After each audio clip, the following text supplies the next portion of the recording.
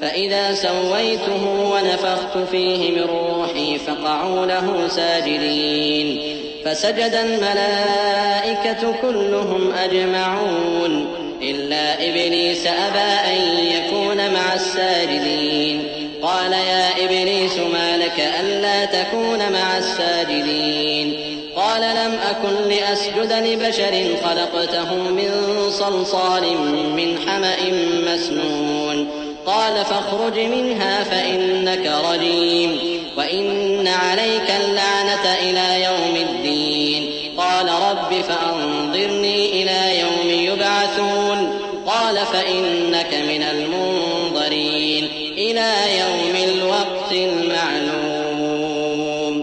پس جب میں اس کو درست کر لوں اور اس میں اپنی طرف سے روح پھونک دوں تو اس کے آگے سجدے میں گر پڑنا. چنانچہ فرشتے تو سب کے سب سجدے میں گر پڑے مگر شیطان کہ اس نے سجدہ کرنے والوں کے ساتھ ہونے سے انکار کیا. فرمایا اے ابلیس تجھے کیا ہوا کہ تو سجدہ کرنے والوں میں شامل نہ ہوا؟ اس نے کہا میں ایسا نہیں ہوں کہ انسان کو جس کو تو نے کھنکھناتے سڑے ہوئے گارے سے بنایا ہے سجدہ کروں. فرمایا یہاں سے نکل جا کہ اب تو مردود ہے اور تجھ پر قیامت کے دن تک لعنت برسے گی. اس نے کہا کہ پروردگار مجھے اس دن تک مہلت دے جب لوگ مرنے کے بعد زندہ کیے جائیں گے. فرمایا اچھا سو تجھے مہلت دی جاتی ہے وقت مقرر یعنی قیامت کے دن تک.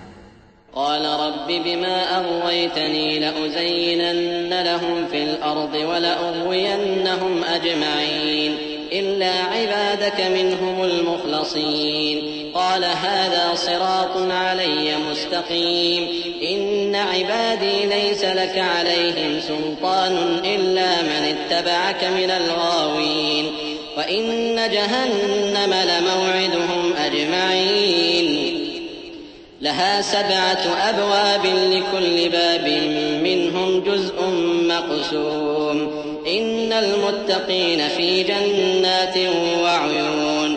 اس نے کہا کہ پروردگار جیسا تو نے مجھے بھٹکا دیا ہے میں بھی زمین میں لوگوں کے لیے گناہوں کو آراستہ کر کے دکھاؤں گا اور سب کو بہکاؤں گا.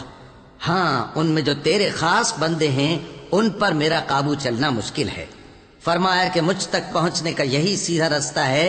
جو میرے خاص بندے ہیں ان پر تجھے کچھ قدرت نہیں کہ ان کو گناہ میں ڈال سکے.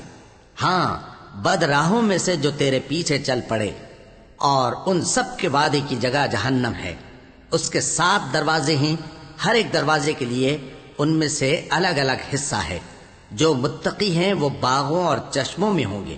ادخلوها بسلام آمنين ونزعنا ما في صدورهم من غل إخوانا على سرر متقابلين لا يمسهم فيها نصب وما هم منها بمخرجين نبئ عبادي أني أنا الغفور الرحيم وأن عذابي هو العذاب الأليم ونبئهم عن ضيف إبراهيم إذ دخلوا عليه فقالوا سلاما قال إنا منكم وجلون قالوا لا توجل إنا نبشرك بغلام عليم.